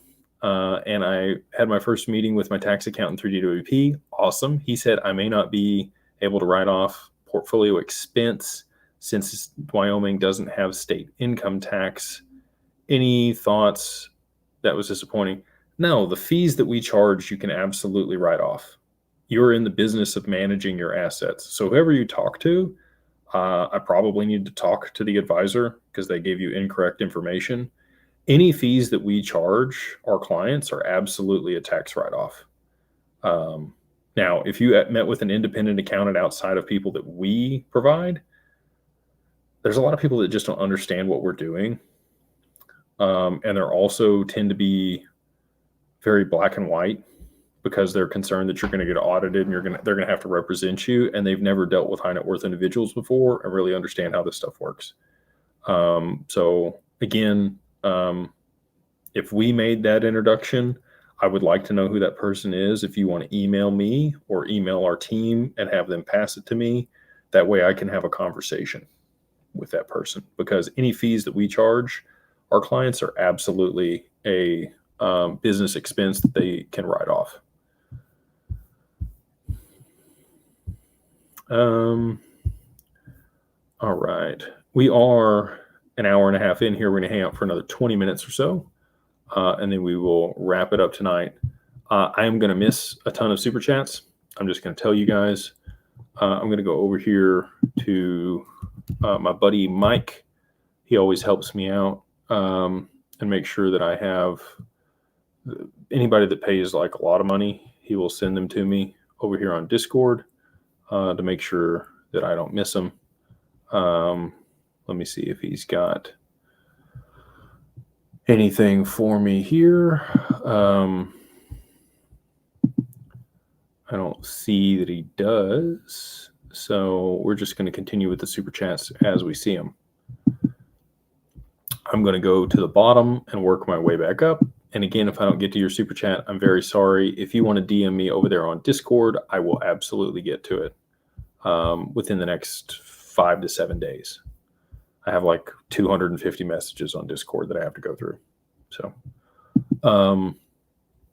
Razor, thank you for the super chat. He says, I have too much conviction for price. Immunities to it. I trust you like I trust Zena and Chad. Keep spreading. Keep spread reading the good word. It's happening. Thank you, man. I appreciate that. So Zena, for those that don't know, that account over there on X, she does work at at Ripple. She works at Ripple, excuse me. I think I know who it is. I could be wrong. I could take an educated guess. I won't. But she has been at the last couple swells, and I'm pretty sure I know who it is. For those of you that think it's me, great. I'll take the compliment. But definitely not somebody I spend any amount of time talking to on a regular basis. But again, I'm probably 70-30 on who I think it is. And she's, again, works at Ripple, very intelligent, high qualifications there within the corporation. And really cool that they even take the time to be able to watch my stuff and like give me feedback and share it. I'm not paid by Ripple in any capacity. If they wanted to pay me, I would take it. Other people want to poo-poo on that. I don't care. I think they're a fantastic company. We've, got some equity in the company, and then also, obviously significant holder in XRP. And obviously we built our entire business around the thesis that there's going to be significant price appreciation for it, very similar to Ripple. But yeah, interesting. And again, I'm really blessed and grateful that they even know who I am and what we're doing and what we're trying to do for the XRP family and the community. And I think they want to help. I really do. I think they're good-hearted people, and they want people to take advantage of this opportunity for themselves and their family. They can't be the ones that help retail. And so I think occasionally they're able to like help other people, help the community, without any monetary incentive or any of that, which is cool. It's cool to see that they care. Live YRE 07 says, can you please explain how it's going to work when the Clarity Act passes and Ripple cannot own more than 20%? How will they offload? There's 1,700 NDAs that are pre-negotiated contracts for the escrow, in my opinion. And so on the other side of that, there'll be a distribution of control of large portions of the escrow to make sure that Ripple doesn't control more than 20% of the supply of XRP. Or they'll hand the wallet over to the IMF or a larger regulatory body. We know that they met with the IMF and Christine Lagarde in 2017 before she became the head of the ECB. Again, the BIS, I think, will designate it a tier 1 asset. You've got the ESDR. A lot of people think that XRP can be an ESDR. I don't think it'll be the ESDR. It could sit in that basket if Liechtenstein or Luxembourg were to adopt XRP as their currency. It would require that a nation actually adopted XRP as its currency for it to sit inside that basket. I think it'll be the exchange rate peg. Again, in 2014, the IMF wrote a white paper that referenced the exchange rate peg, or XRP. And right after that, Ripple rebranded Ripples, which they had rebranded from XNS over to Ripple, and then Ripples became XRP. Again, further delineating it from the corporation, right? So that's what I think it'll be. I think it'll be the exchange rate peg, and I think markets globally will be priced in drops within the next 5 years. This person says, does the Sol 589 tweet have to do with Tundra's XRP Tundra? Also, does M10 with the BIS fix XRP's TPS? I haven't looked at M10. I know that Bob Way has a patent on a subnet for the XRPL that does allow it to scale to much higher transactions per second. So I have to look at M10. Again, this is like this other stuff. If I don't know about something, I'm just going to tell you guys, I don't know. And I'd have to go look it up in order to be able to give you an educated opinion on something. The things I know them. Things that I don't know, I'm not even going to speculate on. The real RD says, I think you are a bit off touchy, brother. I'm blue collar, a bit out of touch, brother. I'm blue collar. Most I've ever made is 75K. I can live comfortably on 150. Are you still bullish on $100 by the end of the year? So you probably live in a rural area, like I mentioned before. So I live in a tiny little town in Texas. Okay. The median income is probably $40,000 a year. And people live on that, and they say they're comfortable. When I say comfortably, it means, you can afford the house that you want to be able to raise the children that you want to have, and you're not limited on how many children you want to have because you can't afford more kids. You can take vacations with your family a couple times a year and go where you want to go, stay where you want to stay, see the views and experience the things that you want to experience, eat the foods that you want to have, go to the store and not be scrimping by or couponing and I'm not poo-pooing on any of these things, by the way. I'm just stating, like, this is my paradigm, which maybe is out of touch, to your point, about what financial freedom is and, like, comfortable living. I think to live comfortably, even out where I live, land is $10,000 an acre. If you wanted, let's say, 4 acres, a modest amount of land, and you wanted a decent home, that's $600,000 to $800,000, maybe up to $1 million just to purchase that. Then you got the land taxes on top of that. You've got, if you want a nice vehicle, and it doesn't even have to be nice. Like, I drive a Chevy 1500. It's a 2024. It's the only new car I've ever bought in my whole life. I've lived in a beater car my whole life. I'd never purchased a new vehicle until I bought that one at 32 years old. I would pay cash for a beater, $4,000, $5,000 for a car, or whatever I had, and just deal with it. Didn't have AC, windows didn't roll down, all the same type of stuff that most people deal with. That's not comfortable. My wife was pregnant and didn't have AC in her vehicle with my son. That's not comfortable. So to tell me that you can live comfortably on $75,000 or $150,000, I've made that. I know what that buys, even in a rural place in the United States. And when I say comfortably, I mean like living well and not having to look at prices of stuff when you go to the store and scrimp by and coupon things and get the cheap gas and tell your kid that they can't have that at the store because you don't have the money for it. Like, that's not comfortable. So you might kid yourself and make yourself feel better that that's comfortable. I've been there. Like, I get that.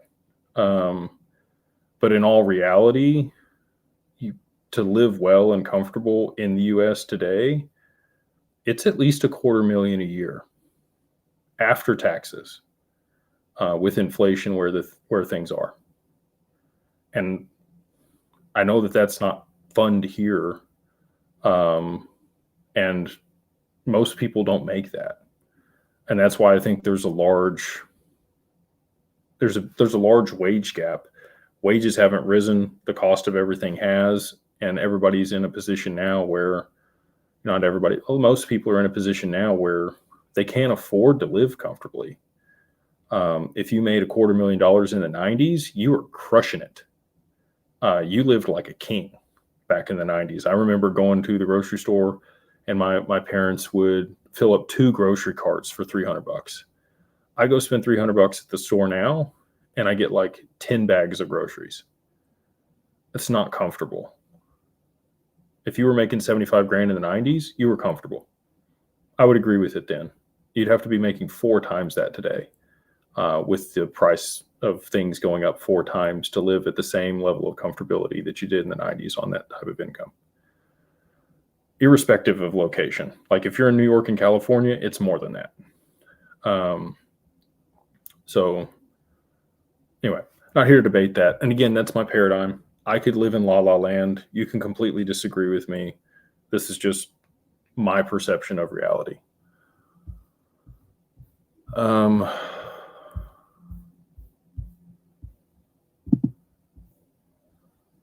Rob Keith, my man, he says, hey, Jake, just say all a person's assets are held with EWP. After price appreciation, how long before we have a monthly income set up to make ends meet? Thanks for all that you do. I want to tell you guys. I'm excited. I sent an email earlier today. Hopefully they respond with some good news. Weeks, not months. I'll say that. Super pumped. There was one day in May earlier this year. I got on a Monday and I was hyped. It was probably one of the best days that we had all year. Like, there's been 2 days this year where I felt like mountains moved for the business. And we're really close to having another one of those days. So really excited about that. DB says, Jake, thank you for all that you do. Getting closer to the minimum required with all these dips. Keep stacking. You're doing awesome. Any event coming to the Midwest near Iowa? Any hints on new features with the LLC when price goes up? We will have bank accounts at some point in Q1 for everybody that works with us on the LLCs, which is going to be awesome. And we'll have some additional benefits that we're able to announce in the near future also. And then as far as Iowa, we have one up in Nashville. I don't know how far away that is for you. In March, we're going to put on an event. Probably shouldn't tell publicly what it is.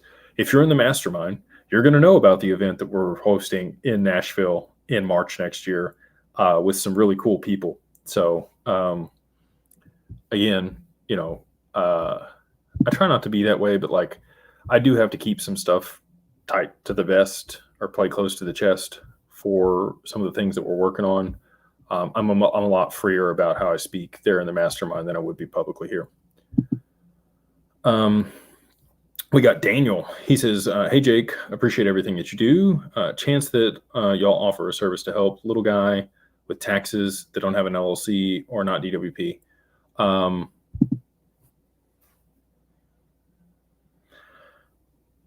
I don't know why you would need help. Your normal accountant should have no issue if it's not a ton of money. Being able to take the 1099 DA from whatever exchange you bought stuff on, and then being able to reconcile that with your taxes to be able to file it. Should be pretty simple. The only time you're going to have a complex tax return is if you've done a significant amount of trading or staking or airdrop farming or yield farming or some of the other crazy stuff. We have some partners that are proficient with all that. You can email us at info@digitalfamilyoffice.io, and we can share our list of CPAs with you. Some of them are more expensive and they only exclusively deal with business owners, but we do have some that will deal with personal tax returns as well. We got about 10 minutes left here, and then we're going to wrap it up tonight. We said this one is A Call to Greatness.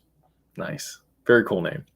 They say, Jake, God bless you, and your authenticity speaks for you. Can feel the frustration. You have spoken about the reverse carry trade millions of times, writing it on the wall for everyone, and moving to Texas in March. Congrats, dude. Glad to have you in the Lone Star State. Not everybody's born in Texas, but a lot of people get there as fast as they can. And happy to have you. So thank you. Excited to have you as part of the great state of Texas. And thank you for the kind words. Look, like, I try to remain calm and try to afford everybody the same grace that I would expect or want. But when I come on here week after week after week after week after week after day after day after day after day, and I repeat the same thing over and over and over and over again, like, I love you guys. I don't know how much more confidence I can instill in you that this is how this is going to play out. Like, at some point, like, you're either going to believe me or you're not. And you don't have to. Again, I'm just some crazy guy on the internet. Okay? So I'm okay with being crazy. And for me, my paradigm, when you're crazy, it means that you can see things other people can't. Sometimes that's good. Sometimes that's bad. And somebody that's crazy or a genius, they tend to be next door neighbors and they wear each other's shirt. Okay. Sometimes they look like the same guy. Oftentimes they are. And again, I'm okay with being that guy. So again, take everything with a grain of salt that I say. Don't believe everything. Go do your own research. Listen to other people. Gather information. Think critically. Make whatever decisions are best for you and your family based on however you decide, fits best. I'm going to come on here and keep it real with you guys and tell you where I'm at, what I'm doing, how we're structuring things, the stuff that we're working on. And that's all I can do, right? Try to be, if you meet me in person, I'm the same dude that you get right here on the internet. Those that'll listen, this person says those that'll listen will listen, and those that don't.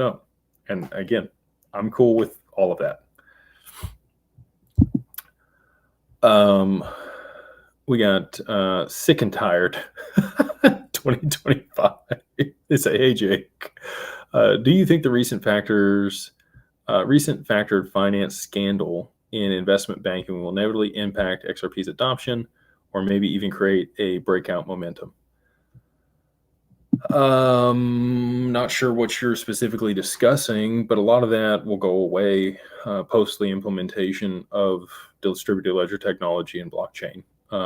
There's transparency and immutability on chain, and it's auditable real time by 3-letter agencies. And people won't be bad actors on the other side of that. And I think that's also why you're seeing so many people squirm and manipulate the system as much as they are right now. Is because they know this is their last chance. And this is like, I made a video on this and I don't think it's come out to you yet, but like, this is kind of most people's last chance. Markets are not going to be volatile in the future. They'll go up and to the right over an extended period of time, but it's going to be much more consistent. It's going to revert to the mean. The upside is going to be truncated substantially. If you're looking to make a significant amount of wealth in a very short period of time through investing, this is pretty much your last opportunity for the next 200 to 500 years, in my opinion. Like, I don't think that you're going to be afforded anything close to this type of opportunity again, ever in our lifetimes. And that's, again, because of an amalgamation of AI and blockchain being implemented across financial markets. stable coins, just all the other things that are going to transpire over the next 5-10 years here. Upside's going to be, way less than what it is today, or the opportunities are. Anyway, there'll still be opportunities. They won't have the same potential. So, if you're around right now, if you're watching this, if you're invested in crypto in any capacity, you have a very unique moment in time to be able to capitalize on all of this. And, God bless you. And God probably pulled you to this point so that you have that opportunity, because he wants to give you the resources to be able to execute in your highest good. So don't let him down, or her, the universe, whatever you want to call the higher being or the light. This person says, like the champ, they say, man, I almost missed the live stream. Can you restart everything? Just playing. I hope all is well with you and the fam. Do you think China banned crypto will have any effect on XRP? Nope. Every time China's banned crypto is when we've seen a significant breakout. It's almost always marked the bottom in the crypto market. I'm going to take one more here, and then we're probably going to wrap it up tonight. Again, I apologize if I didn't get to your super chat. Please message me over there on Discord. I will get to it. It might take me a little bit longer. I have a video on Zbeck if you want to watch it. This person on TikTok. Just go over to the YouTube channel. Please, send me your super chat over there in Discord. Just DM me, and I will answer it. We've got Matthew. He says, how many XRP would be needed to generate 10K of passive income per month with DWP? At today's price, at $10, at $100, at $1,000, at $10,000, those numbers are all very different. The yield product that we're working on should pay somewhere between 3 and 5% a year. So we'll go, middle of the road. We'll call it 4%. So you'd need about 4. That's 120 grand. We'll go on the low end. We'll go 3%.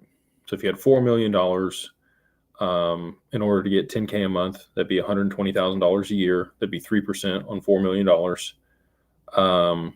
Now, you would, again, have to pay taxes. So let's call it 4%. So you're making 160 grand a year.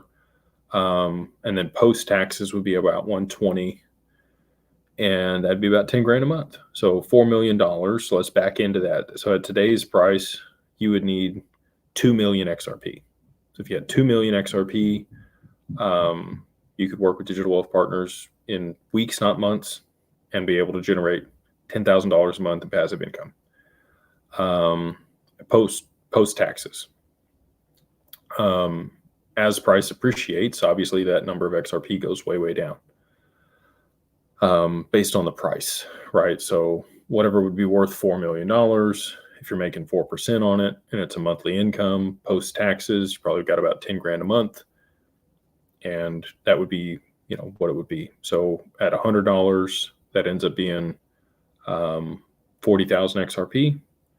At $1,000, that's 4,000 XRP. At $10,000, that's 400 XRP. At $100,000, that's 40 XRP. Again, there's going to be a lot of people that don't make it to $100,000. There's going to be a lot of people that end up selling, especially if they make it no capital gains. They're out. They're liquidating. They're taking their cash. They're going to do what they're going to do. Wish them the best of luck. I just think that that's a huge miss on cost to benefit over the long term. Again, if you guys want to check out the mastermind, we would love to have you guys in there. We're going to lock it down after a $10 XRP in the very, very near future, in my personal opinion. And we want to work with you. We would love to have you in there. All you got to use is go to beyondbroke.com, use the code beyondbroke, all capitalized, the number 1, and then MO, like Mary Oscar, get you the first month for $2. We are going to end that on the 15th of this month. So if you do want to be in there and make sure that you're locked in for post price appreciation for all the benefits that we're going to continue to afford the group, I would recommend going ahead and doing that now.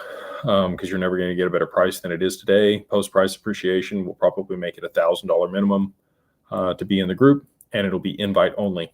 So would love to have you in there. If you do need an LLC and you want to be able to structure yourself, mitigate taxes, have creditor protection and anonymity for your crypto, if you have at least $50,000 to $80,000 in your total portfolio value, we work with people to structure those in Wyoming. We do it for $2,000. You don't have to work with us. Just make sure you're working with somebody that understands what they're doing. If you do want to work with us, we've set up over, almost 7,000 LLCs there in Wyoming, specifically for this purpose and our clients. You can use the code 50OFF50 OFFDAG LLC. That's 50 OFFDAG LLC. That's at digitalfamilyoffice.io. And if you want to work with Digital Wealth Partners and you want to, get financial advice, you want institutional custody, you want access to returns on your XRP, you want access to lines of credit against your XRP, you want access to the fund products that we're going to be rolling out in weeks, not months, go ahead and go over to digitalwealthpartners.net. You do need your assets in an LLC, a trust, or an IRA. Any one of those are fine, and it just has to be a total of 50,000 XRP across all three of those, or one or two, doesn't matter, as long as the total of 50,000 XRP that you're bringing on board. That is our minimum, so about $100,000 a day gets you access to Digital Wealth Partners over there. The next closest, provider of anything that we do, their minimum is $20 million. So if that tells you, I know a lot of people are like, do it for the little guy. We're going as low as we possibly can for the economics to make sense. And there are fees. There's $1,000 onboarding fee with Digital Wealth Partners, and it's 2% per year on the AUM fees for anything under 5 million. Understand that going in, but we are working on a solution in a very, very, very, very, very, very near future that will more than cover all the fees that we charge, because we always want to be providing people more value than we're taking, right? That's one of our ethos pieces and principles as well.